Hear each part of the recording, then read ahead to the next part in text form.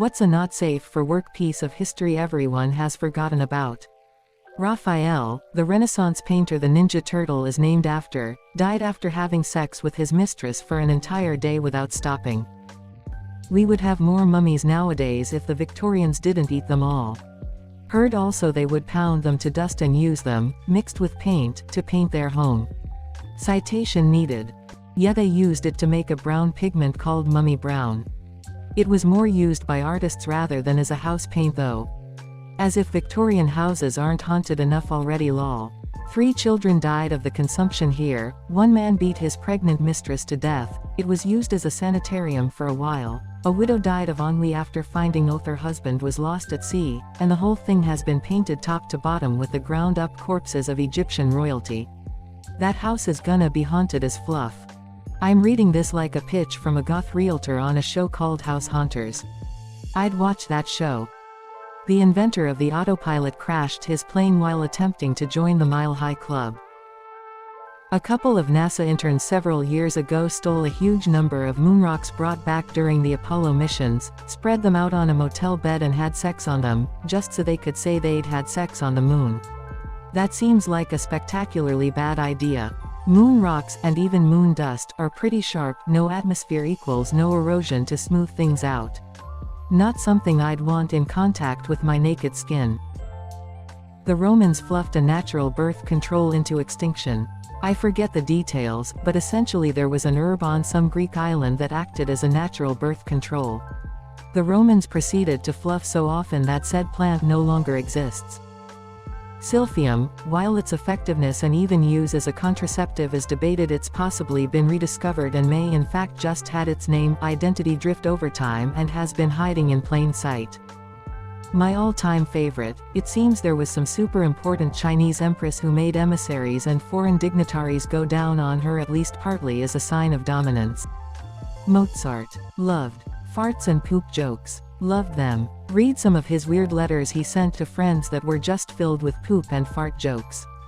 Another example of a child star getting stuck at the age they became a star. Mozart wrote a song called, "Lick Me in the Ass." Nintendo had sex hotels at one point. Does not work, we'll try blowing on it. In World War I, young soldiers would use cans full of worms to get their rocks off, so to speak. I wonder if it's related to the saying about opening that can of worms. Rapper actor Lil Dicky has 2 holes in his dick and has to plug one of them when he pees comes, or it shoots out of both like a sprinkler. What?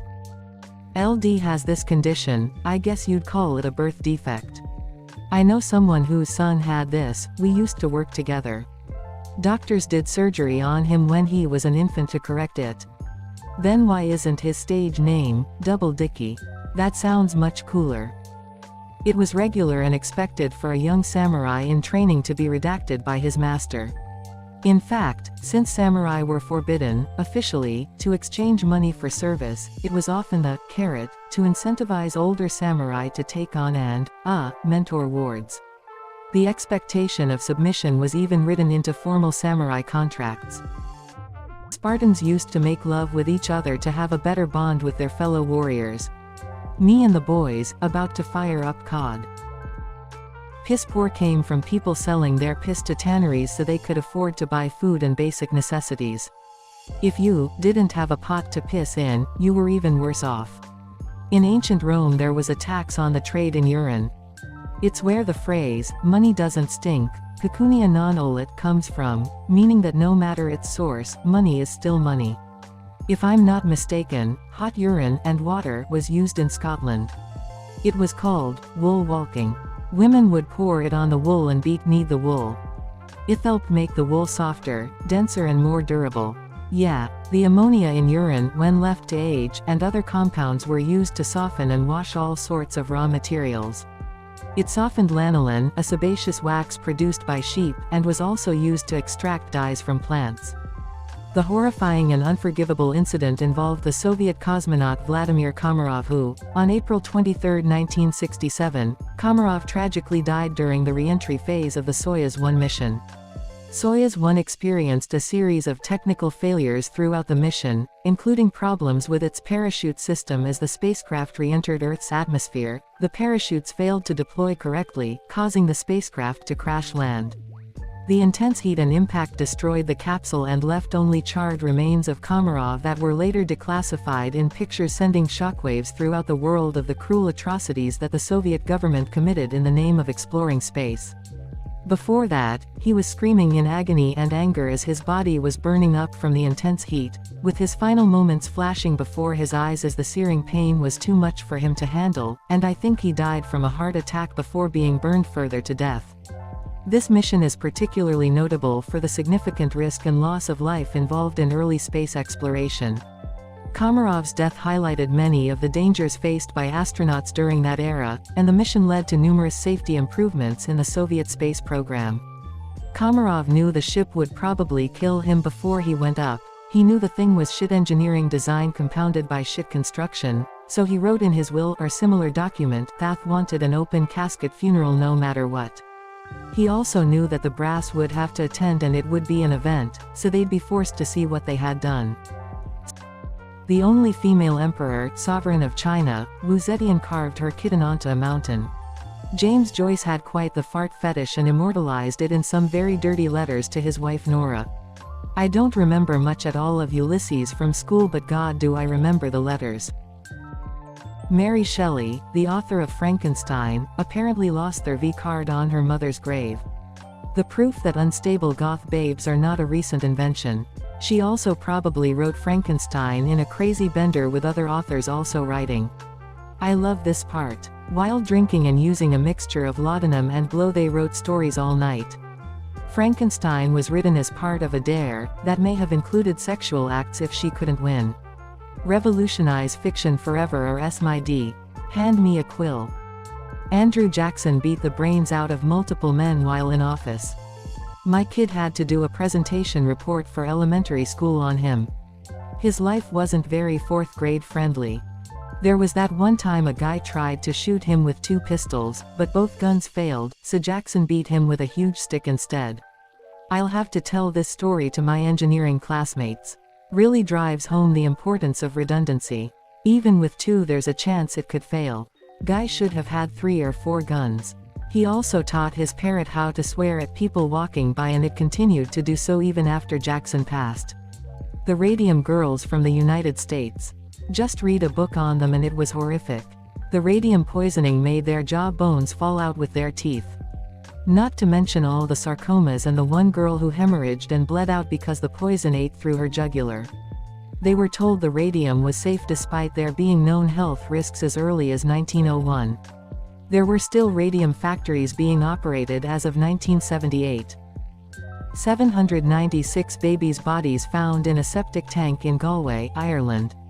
796 babies. I am not at all jealous of the person whose job it was to count them all.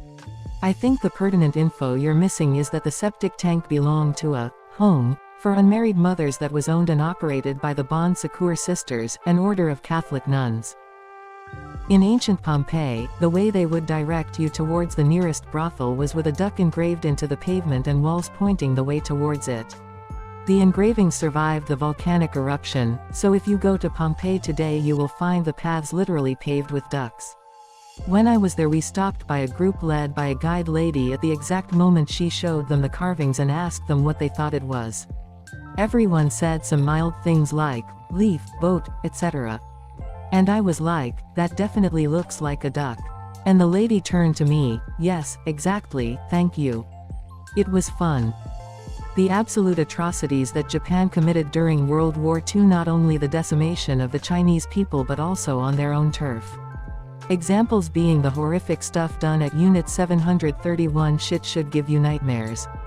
It got to the point where a Nazi officer complained to Hitler about the Japanese atrocities. A Nazi complained. Operation Midnight Climax. It was a CIA program in the mid-50s that used prostitutes to lure unsuspecting men to apartments in New York and San Francisco to drug them with LSD to test whether the combination of sex and LSD might influence the men to reveal information the government wanted. March 16, 1984, Leon Gary Plotch unalived the person who kidnapped and fluffed his son while being escorted by police on live TV in an airport to face trial. Leon served no jail time for the killing. He did, however, have to serve 300 hours of community service, which I think was too much. Any parent would have done the same. That sounds like double jeopardy to me. He'd already done a community service. The inventor of the polygraph also created Wonder Woman, who was based on his wife and the college student the two of them had a polyamorous relationship with. He also included a lot of his BDSM fetishes in the character. The lasso of truth, the bracelets. The fact that one of her original weaknesses was that she lost their powers if her hands were restrained by a man. One of Columbus's men, Bartolomé de las Casas, was so mortified by Columbus's brutal atrocities against the native peoples, that quit working for Columbus and became a Catholic priest. He described how the Spaniards under Columbus's command cut off the legs of children who ran from them, to test the sharpness of their blades.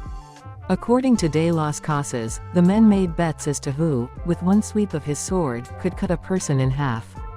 He says that Columbus's men poured people full of boiling soap. In a single day, de las Casas was an eyewitness as the Spanish soldiers dismembered, beheaded, or raped 3,000 native people. Such inhumanities and barbarisms were committed in my sight as no age can parallel, de las Casas wrote. My eyes have seen these acts so foreign to human nature that now I tremble as I write. Source: Columbus Day, True Legacy, Cruelty and Slavery. By Eric Kassem, published October 11, 2010. It feels like a conspiracy theory, but I swear they teach us about Columbus when we are too young to be exposed to his atrocities witnessed firsthand, as well as documented in his own hand in his journals, so Thath will be a controversial figure, who might have gotten a couple things wrong about what country he was in, rather than a fucking horrendous vile human being on par with the worst assheads in history. Shakespeare was not some highbrow fancy cultural icon. He was the trash Hollywood movies of his time. People would go to the theaters to get pissed drunk, yell at actors and solicit women who were advertising themselves in the standing sections. Also, the content of his plays and poems, but that's not my focal point here, were not rated E for everyone. Lol, I actually can't believe some of the plays that are taught in school. Sure, it's easy to miss all the 6 and pen 15 jokes if you're just reading it, but a good actor will find them and play them out. The Byzantine iconoclasts in the mid-720s carried out massive pogroms targeting churches and monasteries that openly displayed icons of Christ and the saints. One thing the iconoclasts were fond of doing was rounding up all of the Eastern Orthodox nuns and monks they could find and forcing them into the chariot racing stadiums. Once there, the iconoclasts forced the nuns and monks to marry each other in violation of their vows and then consummate the marriage in the middle of a stadium, with 10,000 people watching. The Galapagos tortoise didn't get a scientific name or recognition for 300 years as all the specimens were eaten on the journey back to Europe. Lyndon B. Johnson showed his pen 15 to everyone. Once when asked why the U.S. was involved overseas, he responded by grabbing his crotch and saying, "This is why." He also named his pen 15, Big Jumbo. When Johnson was president, there had been some landscaping work done outside the Oval Office. Not long after the bushes were planted, one of them died. It was dug up and replaced, only to have the new bush die, as well. It may have even happened a third time, but I can't remember for certain.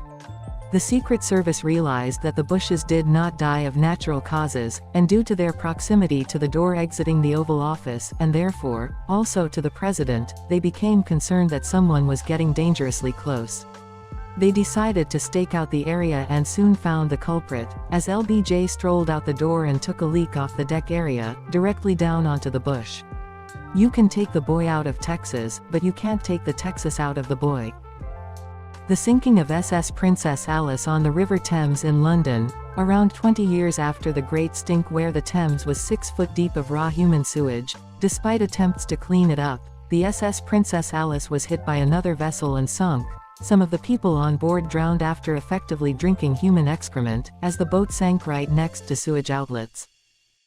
The royal house of Habsburg that ruled over much of Europe for about 200 years died out due to heavy inbreeding, and the last members in the late 1600s being born with deformities and sterile.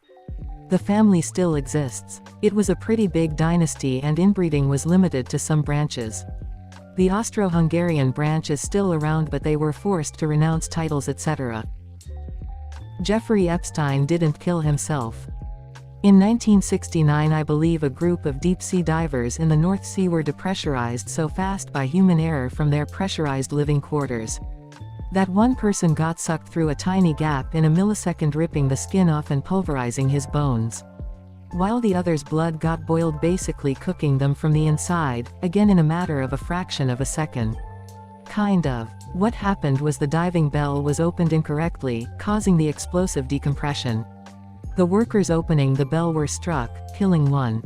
The diver closest the door was pulled through a 60 centimeters long gap, tearing him in two at the chest and disemboweling him to such a degree that only a part of his intestines and his trachea were left attached. A piece of spine was found on a beam. Surprisingly, the remains weren't flayed. The other three died instantly as the lipids separated from their blood. Laura Bush killed a guy. Former Vice President Nelson Rockefeller died January 26, 1979, age 70, of a heart attack after a late-night encounter with his secretary, Meghan Marshak, age 26. Emperors of Rome and surrounding areas would casually take to the streets, and if they deemed the person beautiful boy or girl, they'd have them taken to his home and almost imprisoned. I'd say almost, cause many of the people would consider it a great honor for their teens and young adults to be taken. For the rich life they would more than like live. But it was still probably traumatizing and a terrible practice. For Rome, they would say. When then President of Indonesia Sukarno visited the Soviet Union, the KGB thought that it would be a good idea to send a honey trap. They hired 2 escorts to entertain him and recorded the acts using a spy camera. When blackmailed, President Sukarno laughed at the agents and asked them to send him the tapes so Thath can watch it back home. King Ferdinand I, or Ferrante, of Naples kept a so-called Black Museum of the mummified remains of his personal and political enemies. He had them dressed and arranged in various scenes and would often show off the museum to potential rivals, enemies he hadn't yet killed off. So yeah, pretty messed up.